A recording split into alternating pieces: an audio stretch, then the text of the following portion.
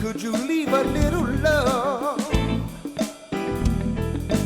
Why you wanna take way more than half of what we made?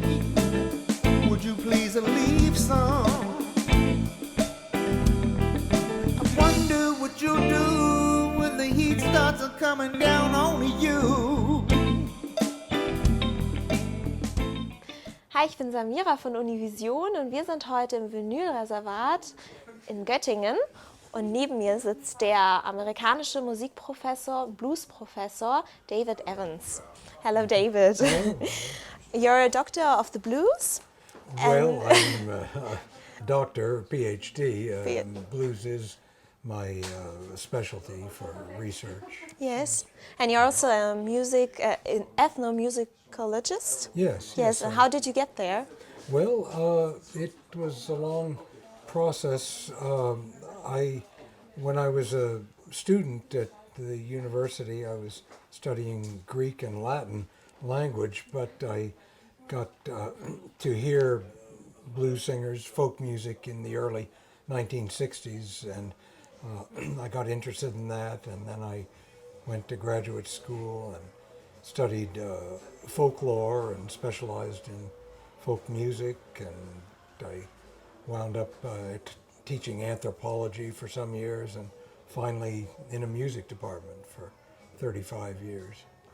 You're a blues expert, and can you tell us what's significant for the blues? Mm-hmm. Well, it's probably been the most influential music of the 20th century, and now, of course, the beginning of the 21st. It is a genre of music in its own right, and then it has influenced almost every major type of popular music in America, with jazz, rock and roll, rhythm and blues, country music, even gospel music. And of course, many of those forms have been influential internationally. So really it's had an extraordinary influence. Now it's part of the range of international popular music. It still has some relevance as an ethnic music, as a cultural music, but for the most part today it's international. Yes, music. and where exactly lies the origin of the blues? Well, it begins with African American folk music in the United States around really right at the beginning of the 20th century. And then quickly it begins to become commercialized or professionalized. Musicians found that they could make money. Some could even make careers specializing in blues music. And so by the middle of the teens, there were blues specialists on the stage, professional stage. And by the 1920s, it was being recorded, and you had blues recording artists, and it really continued. I think by the 1960s, it began to really become an international music with the British blues rock phase. I'm looking at Rolling Stones albums all around me here, and groups like that, of course, began to make it an international type of music. Yes. And then in the 20s and 30s, the people have different problems than today. And what? Yes. What does it mean for blues? Is blues still in demand? Well, today? It is. I mean, while it deals very often with problems, and in some of the early years there were special types of problems of discrimination and racism, which are not such problems today, still it also deals with many universal problems, and I think that's what gives it this lasting appeal and lasting influence. People who really have had very little contact with the original culture and the cultural background of the music can still find something personal, something universal in the music today. And what do you think about the discrimination today in the U.S.? Well, it's still there to some degree. It's still subtle, and of course there are still residual effects of the discrimination from the past in the sometimes lack of opportunities that people have because maybe their parents and their grandparents came up with that, and so in their family, some people are still suffering from those effects. But in respect to the laws, there are no laws that promote discrimination today. Okay, yes. Yeah, of course. In the 60s and 70s, you conducted field studies in the southern states. Yes, yeah. And was discrimination a part of your well, field work? it was changing at that time. I began doing field work in 1965 and especially 1966. There were two major pieces of legislation in 1964 and 65, the Voting Rights Act and the Civil Rights Act. So officially it was outlawed. But of course in the South there was still the force of custom and habit. And so I experienced some of that. I was not from the South. I have lived in the South now since 1978, but at that time I was just visiting from California, where I was a student and teaching. And what was What was the theme?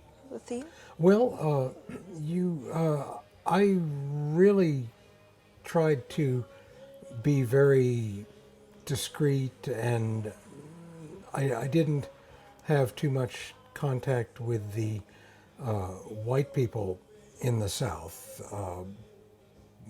Tried not to let them know what I was doing. You know, Okay. I just went directly to the singers and the musicians and worked in a network. One singer would know another singer, and so I would work that way and keep a low profile. It worked. I didn't really have any particular problems or incidents. Some other field workers did sometimes. Yes. They were run out of town by some sheriff or plantation owner, told to get away, But I guess I was lucky. I didn't experience that. Yes. And how did the results of your fieldwork affect your following career as a musician, as a scientist? Well, it gave me, a basis for research and publishing field recordings, books, articles, and of course this brought some attention to the singers and musicians. I wish it could have helped them more. Many of them were older people. They were, my age now, in their 60s or late 50s, somewhere in their 70s, and they were not really in a position to leave home and go on the road and tour, unfortunately. And then, of course, most of them died before the scene got really big. But even just some documentary recordings, LPs, would certainly give the musicians some sense of pride, that they had done something, that their music had a larger audience, because much of the local audience for their music had changed. I remember vividly one musician said he couldn't get much work playing music in public because everybody wanted to hear James Brown style of music, and he just could not recreate that sound locally in a little town in Mississippi. You know, he didn't have saxophone players and trumpet players that he couldn't organize a 7 or 8 piece band. You know, these were poor people, and they couldn't support something of that size. But they could hear it on the radio, they could hear it on the jukeboxes, and so by the 1960s, really the local audience for live blues had really shrunk. So many of the performers were quite delighted that somebody from outside their community showed an interest in their music. Yeah, so you are also performing as a blues Yes, musician? I guess I learned, of course I was interviewing, recording musicians, but I was also observing them.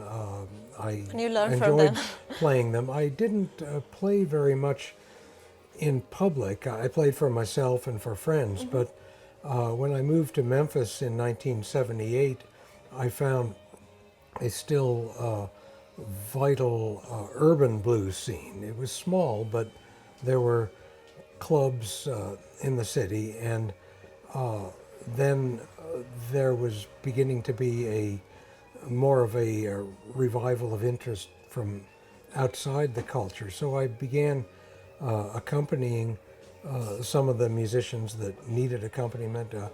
Hammy Nixon was an older harmonica player who had worked for 50 years with a guitarist, Sleepy John Estes, and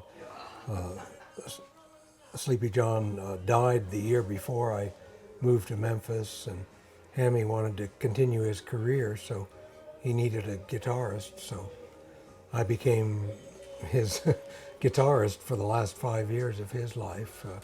We made one tour in France and played some other places in the United States. And I worked with a woman, Jessie Mae Hemphill. She sang and played guitar and was trying to put a little band together, so I played second guitar, and we had a drummer, and we made several tours in Europe. And, Yeah, what does blues mean personally to you? to me, Yes. ooh, well, it speaks to me. I mean, the lyrics deal with situations, you know, personal situations that I've experienced, a lot of people have experienced, and the sound of the music, just purely the music, appeals to me too. So I get a feeling, most of the songs that I play are ones that I learned directly from other musicians that I knew, that I interviewed or recorded, or from musicians that I studied very intensively. I researched their lives and their music. For example, Tommy Johnson, he died almost 10 years before I began research on his life, but I met two of his brothers, some cousins, neighbors, fellow musicians, and all these people that knew him and that learned music from him. Yes, So you wrote a book about him. Yeah, right. Yes. I'm sorry I don't have copies here. I sold them all in the last few days. But I feel like I knew him, really. And so I play a lot of his songs and many others. But when I perform a song, I'm often thinking of the musician. If I knew the person, I have a kind of mental image of that person, and I try to get that kind of feeling that the other singer had. And tonight you're performing here in Göttingen? Yes. So what yes. can the audience expect? Well, it's going to be old-time blues. Some call it country blues. Some call it folk blues. It's just me and my guitar. It's more or less music that was popular in the 1920s and 1930s. Some of it a little bit later, but of course, many of the singers lived on into the 60s and 70s, some into the 1980s. So that's where I came in and got to meet them. And so I guess in some way I'm carrying on the tradition. Maybe some people would say that I'm a revivalist, but I did have some direct contact with some really fine musicians, and if I can represent their music, I'm glad to do it. And that sounds great. So I wish you and the audience a good time. Okay, and thank you for the interview. Okay, thank you. Thank you. I'm glad to do it. Glad to be back in Göttingen. Yeah. I've played here before at some other places, and I always like to play here. It's a good town for blues. Excellent.